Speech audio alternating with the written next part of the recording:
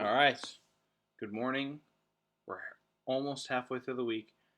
I promised wisdom. It just smells better the closer we get to Friday. I'm convinced. I see a little. Looks like a dog here floating. That's great. Thanks, Rex. Anyway, great start, huh? Wednesday. We're turning to Proverbs, right? And what's more synonymous with wisdom than Proverbs? I want to do the Ecclesiastes one first to set us up for today. Proverbs 27, 17 through 19.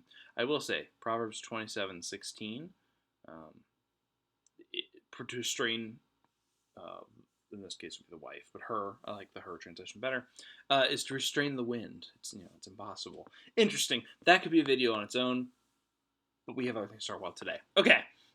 17, iron sharpens iron. One person sharpens the wits of other. I could have stopped right there. We could talk about that verse alone, right? This idea that not only is, as we heard yesterday, partnerships, we heard at the very beginning, partnerships are mandated by God from the get-go, but then as we heard yesterday, partnerships are important because we rely on each other, we pick each other up. God's part of that partnership. God exists in partnership. Okay, so when we answer calls, we don't call them alone, right? And in fact, iron sharpens iron. One person sharpens the wits of the other. Have you ever been in a meeting?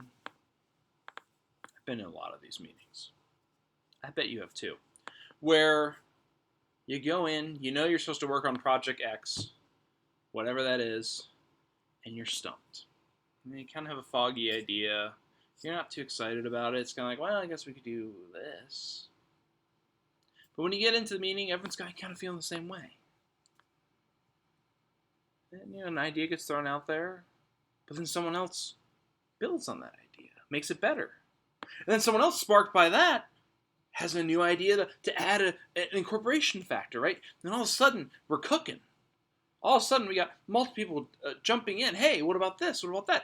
Things that you didn't see going into the meeting. Things you never thought of. Perspectives. Gifts that they offer that can make it even better. And all of a sudden, this Project X that you came into that you weren't excited about, that wasn't really fulfilling, or it wasn't going to really resonate, all of a sudden, with this group of people, it's become alive. It's versatile. It's more efficient. It's passionate. I've seen this so many times. The Spirit of God works so well in this setting, right? Iron sharpens iron. Continuing, anyone who tends to a fig tree will eat its fruit, and anyone who takes care of a master will be honored, right? So there's relationship there.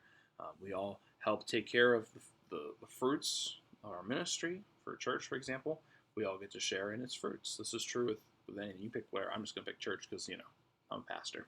Anyway, just as water reflects the face, so one human heart reflects another, right? So when we are in relationship with one another, not only do we make each other better, we share things collectively and get to collectively reap the rewards, right? We can take care of more fig trees. The more people we have, the more fruits we'll get to have, okay? But then also, we build bonds with each other through our work, through our ministry.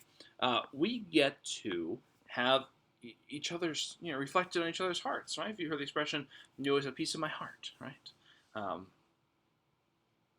Our communion with the saints, if you will.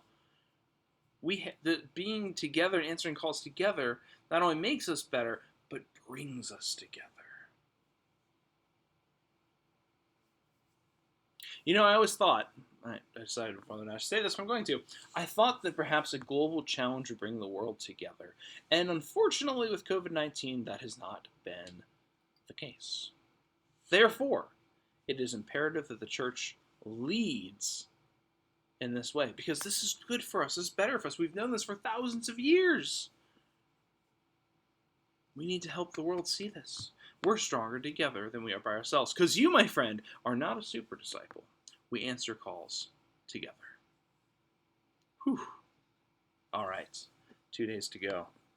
Hang in there, friends. We'll get to Friday.